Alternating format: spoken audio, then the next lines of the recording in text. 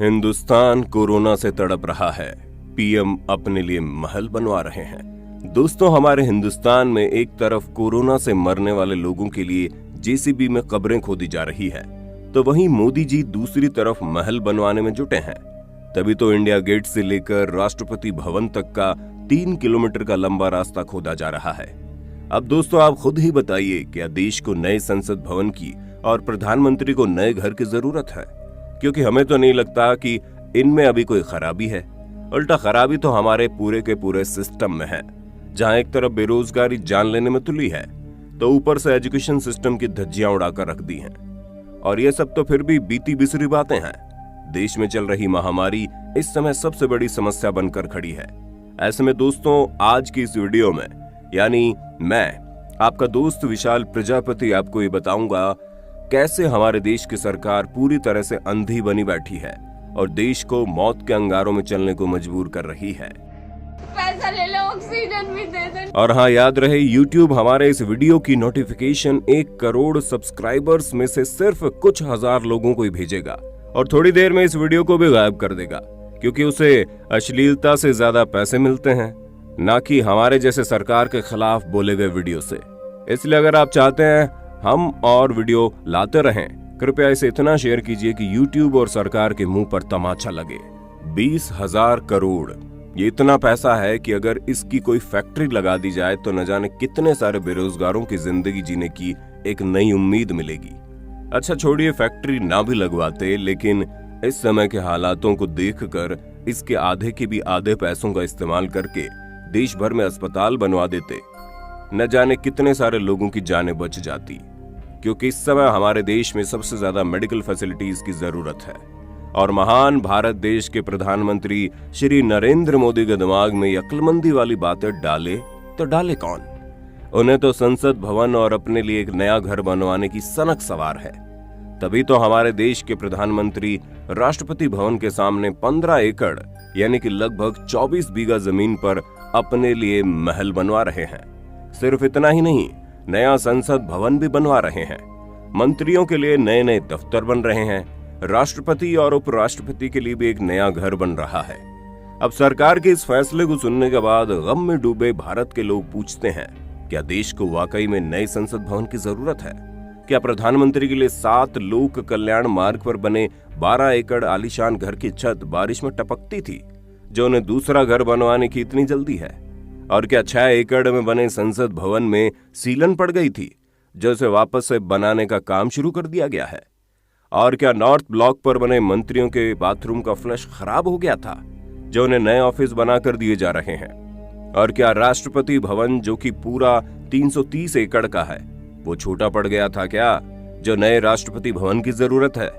दोस्तों, ऐसे में क्या आपके दिमाग में ये सवाल नहीं आता कि आखिर देश के प्रधानमंत्री और बाकी मंत्री आंखों में पट्टी बांधकर क्यों बैठे हैं? आगे बढ़ने से पहले अगर आप हमारे चैनल पर नए हैं तो प्लीज सब्सक्राइब करके घंटा हिलाना मत भूलना। ऐसा करने से आप पर कृपा आनी शुरू हो जाएगी। ट्राई करो, इट्स वर्क। कहा जाता है कि बाकी पुरानी चीजों की तरह ही देश का पुराना संसद भवन और दूसरी इमारतों को भी म्यूजियम बना दिया जाएगा। अब दोस्तों, अगर आपने इतिहास पढ़ा होगा तो आपको ये बड़े अच्छे से मालूम होगा कि शाहजहां ने ताजमहल बनवाया था, अकबर ने आगरा का किला बनवाया, बुलंद दरवाजा बनवाया और उसके अलावा भी कई ऐसी चीजें मुगल साम्राज्य में बनाई गई जो आज भी पॉपुलर है। ऐसे में जब इमारतें बनवाने में मुगल साम्राज्य का इतना बड़ा हाथ है, तो भला नरेंद्र मोदी जी इस साम्राज्य में इस काम में कैसे पीछे रह सकते हैं? तभी तो सरदार वल्लभ भाई पटेल की मूर्ति, जो दुनिया की सबसे ऊंची मूर्ति है, वो तो यहाँ पर बनवा ही दी गई है।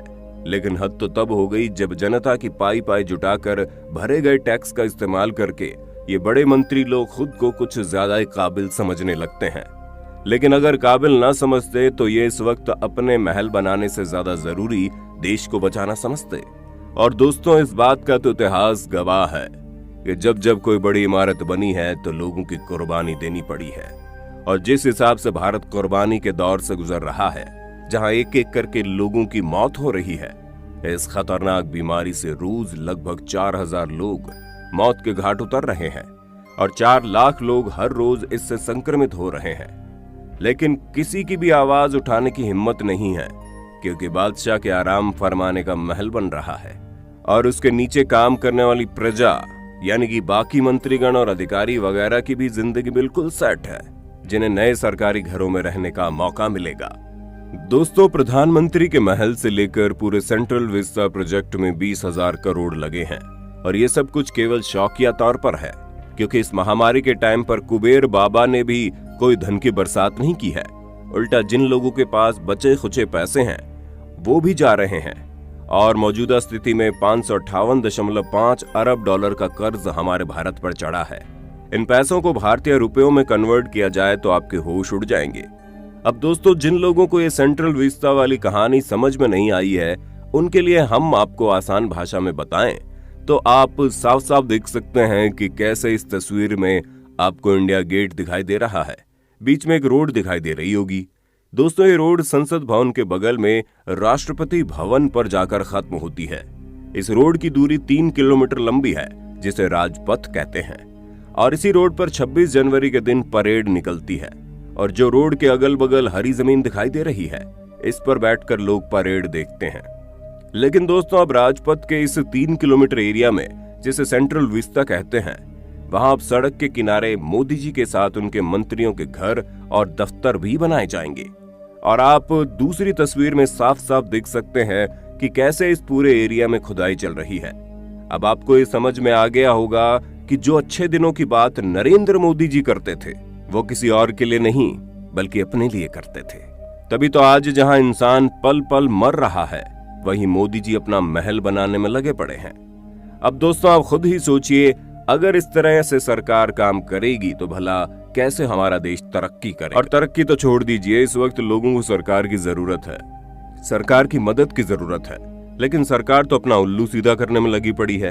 अब न जाने कब इस देश में ऐसी कोई सरकार आएगी जो निस्वार्थ भाव से जनता की सेवा करेगी, क्योंकि इस सरकार ने तो दामन छोड़ दिया है। बाकी आपको क्या लगता है, आने वाले समय में कोई ऐसा नायक आएगा जो देश को बदलेगा, या फिर सब इसी तरह से निकल जाएंगे अपना अपना स्वार्थ करके पूरा? अपना जवाब हमें कमेंट बॉक्स में जरूर दीजिएगा और इसी तरह के इंटरेस्टिंग वीडियोस को लगातार देखते रहने के लिए चैनल को लाइक, शेयर और सब्सक्राइब करना बिल्कुल ना भूलें देना। और हाँ, हम फिर मिलेंगे नई वीडियो में, तब तक के लिए जय हिंद, जय भारत। दोस्तों, आपकी स्क्रीन पे 2 और वीडियोस दिख रही हैं, जिसे देखने के लिए आप इस स्क्रीन पर क्लिक करें। दोनों देखिएगा, बहुत अच्छी वीडियो बनी है।